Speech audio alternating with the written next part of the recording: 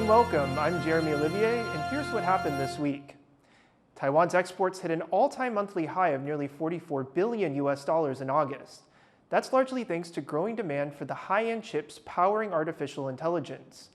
The trend also represents a geopolitical shift, pulling the U.S. market closer to Taiwan than China. Joyce Zhang explains. Leaning into its advantage as the world's largest chipmaker, Taiwan is reaching new heights for its economy. Exports rose to a record $43.6 billion, exceeding market forecasts as demand for AI and high-performance computing remains strong.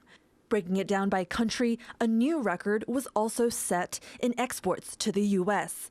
This figure soared almost 80% to hit $11.8 billion, giving the U.S. a continued lead over China as the top destination for Taiwanese exports, especially its very expensive advanced chips. It's confirming and I would say even deepening Taiwan's kind of monosectoral economy. Yeah, it is chips and chips and chips, just that more valuable chips. It's good news, but it's a warning signal of a very concentrated sector, but also a very concentrated destination, the US. The U.S. leads the global market in the design and software of advanced chips, like the ones for AI.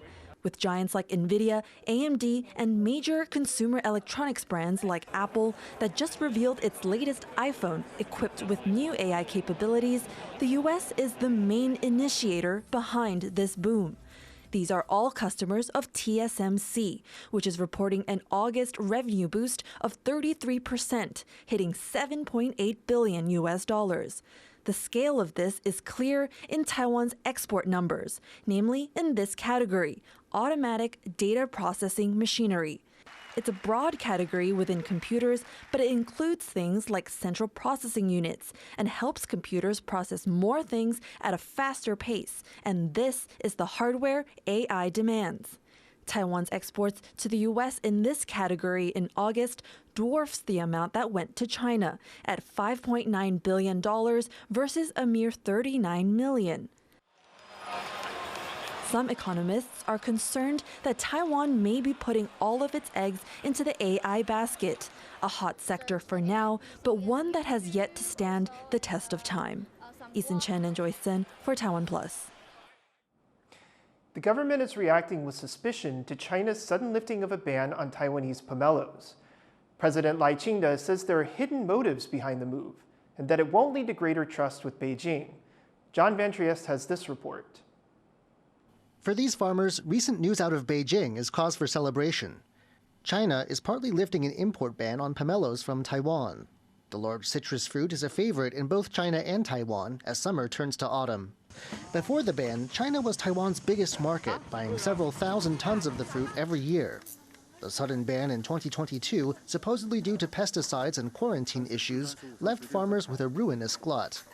Now, fruit grown in Hualien County on the East Coast will be allowed back in. But academics, China watchers, and officials here in Taiwan are wary. Pomelos aren't the only product subject to sudden bans. They see a pattern, a carrot-and-stick policy meant to reinforce China's claim to Taiwan and use money to keep Taiwan in line. The pomelo ban came as then U.S. House Speaker Nancy Pelosi visited Taiwan, a trip that enraged Beijing. And the partial lifting of the ban comes at a time when there are quarantine reasons to keep it in place. 48% of this year's crop sampled has failed inspections for issues like bugs, prompting Hualien's government to step in. 房检署就没有发出检疫证明书，那原则上就是不得输往中国。输往中国的是完全没有检出任何病虫害。二次的处理之后，其实大部分已经合格，已经出口到对岸去，都会积极的想方设法来做好我们检疫的工作。 There's also suspicion about the fact that only Hualien is covered.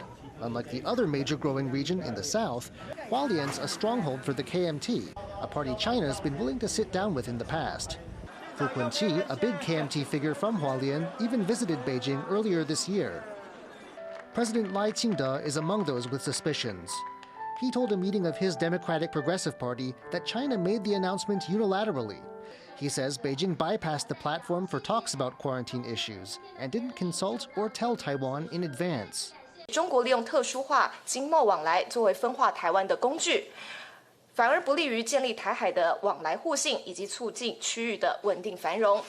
China's Taiwan Affairs Office has presented the move as a show of goodwill, saying it will work for the benefit of Taiwan's people. But in Taiwan itself, that hasn't stopped skepticism about China's motives and what China hopes the partial lifting of the ban might achieve. James Lin and John Van Trieste for TaiwanPlus. It's not just food starting to make its way back across the strait. Chinese tourists are also set to return to Taiwan's Gman Islands for the first time in 4 years. But it may not be enough to help the local tourism industry recover. Tiffany Wong reports.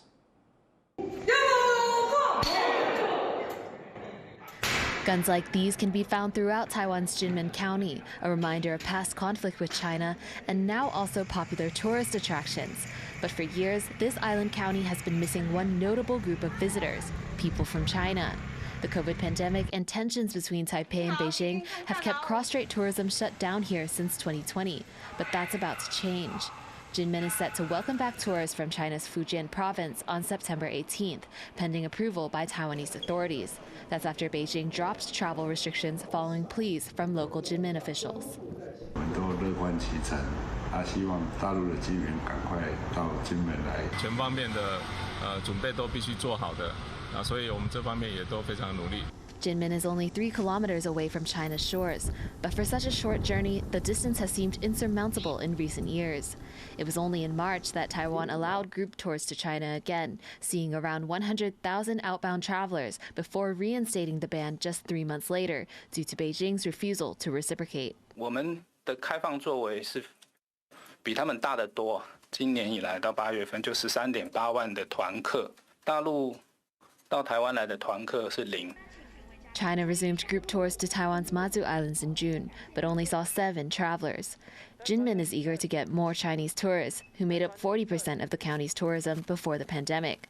But the sudden reopening has others questioning why tourism is being decided on China's terms. 很主席，咱要有迄个勇气，咱来甲传共产主义，要并吞台湾的骗局。 Some government officials noted that China's lifting of the travel ban also coincided with the lifting of a years-long Pomelo import ban. 先禁止，再施惠，再进行区别对待进一步的分化统战，对两岸关系的良性互动没有任何注意。 Meaning that despite a limited resumption of exchanges between Taiwan and China, it might take much more than a few tourists to fix the years of hostility and mistrust between the two sides. Alex Chen and Tiffany Wong for TaiwanPlus. 2 German warships entered the Taiwan Strait last week on a freedom of navigation mission. It was the first passage through the strait by German naval ships in over 2 decades. China condemned the move, saying it would endanger China's sovereignty and security. Germany's defense minister has confirmed the transit of the 2 warships. Ja, das kann ich bestätigen. Und das Signal ist ein ganz einfaches, was wir immer vertreten haben und auch ich immer vertreten habe. Internationale Gewässer sind internationale Gewässer. Es ist der kürzeste Weg. Es ist angesichts der Wetterlage der sicherste Weg und es sind internationale Gewässer, also fahren wir durch. Taiwan's defense ministry has earmarked funds to buy an advanced electronic warfare upgrade for new F16 V fighter jets on order. The defense ministry says it will spend over $1.3 billion to secure the next generation equipment known as Viper Shield.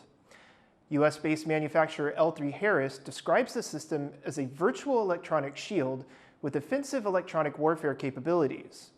Taiwan has purchased 66 new F16 Vs from the US and expects to get the first 2 jets by the end of this year. 2 daycare centers are facing lawsuits for violence against children. They're just the latest incidents in a year that's seen one child abuse scandal after another rattle Taiwan, as John Van Trieste reports. Warning to viewers that this report contains disturbing images and descriptions of child abuse. A security camera captures the moment a caregiver slaps a child during nap time at this Taoyuan daycare. Though it's difficult to see, the resulting injuries are clear. The child's parent confronted the daycare about the bruising on the girl's face with a local official in tow. The daycare's response has left the parent enraged. 我们先陪家长到幼儿园，家长看到这个画面，气愤难平，坚持要提告。结果幼儿园居然拿出老师的悔过书，要求家长来原谅老师，再给老师一次机会。It's the second incident of its kind in recent weeks. In Taichung, an even more violent assault was caught on camera and brought to officials' attention on September 3rd. The city government has ordered the caregiver suspended. The daycare faces a lawsuit, and the parent of the child is still shaken. 他把小孩压在地上，然后掐剪颈，再来就是压小孩在椅子上，把小孩子往后拉，连椅子带人再往后拉，然后小孩那时候就已经吓到大哭了。然后这几天来，其实我吃什么都胃痛绞了，我没办法就是释怀。These cases are just the latest in a year filled with child abuse scandals that have shocked Taiwan. They follow the revelation that a 1-year-old died at the hands of his nanny in December and the discovery of large-scale sexual abuse at a Taipei preschool. Child welfare advocates say strong public interest in such cases means they're widely reported, but they are still concerned by what seems to be a trend. 从2019到2022，看政府发布的一个数据里面，儿虐的部分是有增加了20%。基金会观察到的是，这几年其实家外儿虐的数字有逐渐在成长的一个趋势。They say more training for caregivers is essential. They say that the measure of a good daycare or kindergarten isn't how it's decorated or how good the classes are, but how well the children are looked after. Klein Wang and John Van Trieste for TaiwanPlus. Wildlife is thriving along a mountain trail in Hualien's picturesque Taroko Gorge. The national park is still recovering from a massive magnitude 7.2 earthquake that struck the area in April, triggering landslides that cut off the trail and causing destruction around the country. Sandy Chi reports on the resilience of life in the gorge. Patrolling the Sakadang River Trail, these national park rangers are checking up on the local wildlife. Taroko National Park in eastern Hualien County suffered some of the worst damage from a magnitude 7.2 earthquake that struck Taiwan in April. 土质崩塌，我们很担心会影响到它回游的路径。台风之后有冲掉，那因为现在都进不去，那我们至少这一站看起来是还好。那我们持续等那个工程修复情形，只要可以再往前推进，我们就会再继续看。Despite the earthquake's devastation of the gorge, officials report that the Sakadang River's ecology appears to have held onto its rich biodiversity. 台湾扁绒螯蟹，这是我们这边的特有种，目前看到也是都有记录。那其他的我们有日本瓢鳍虾虎。Rangers say they've been working to remove invasive species that have appeared in the river in recent years, and they have more to do to protect the native ecology. But for now, at least, life finds a way, even in the face of some of Mother Nature's most extreme conditions. Scott Huang and Sandy Chi for TaiwanPlus. Surgeons at a Taipei hospital have successfully performed a bone freezing operation. The patient had suffered from swelling and pain on the left side of her face for nearly 2 decades, affecting her ability to eat. She was diagnosed with a bone disease in the skull that replaces normal bone with fibrous tissue. Surgeons removed the abnormal tissue in her jawbone and applied cryotherapy to treat the swelling. Following the operation, the patient has been able to eat without pain. Thank you for watching Here's What Happened. You can visit the TaiwanPlus website or our social media for more stories from Taiwan and around the world. Before we go, take a look at this pair of endangered Siberian tiger cubs making their debut at the Minnesota Zoo. I'm Jeremy Olivier. Take care and see you next week.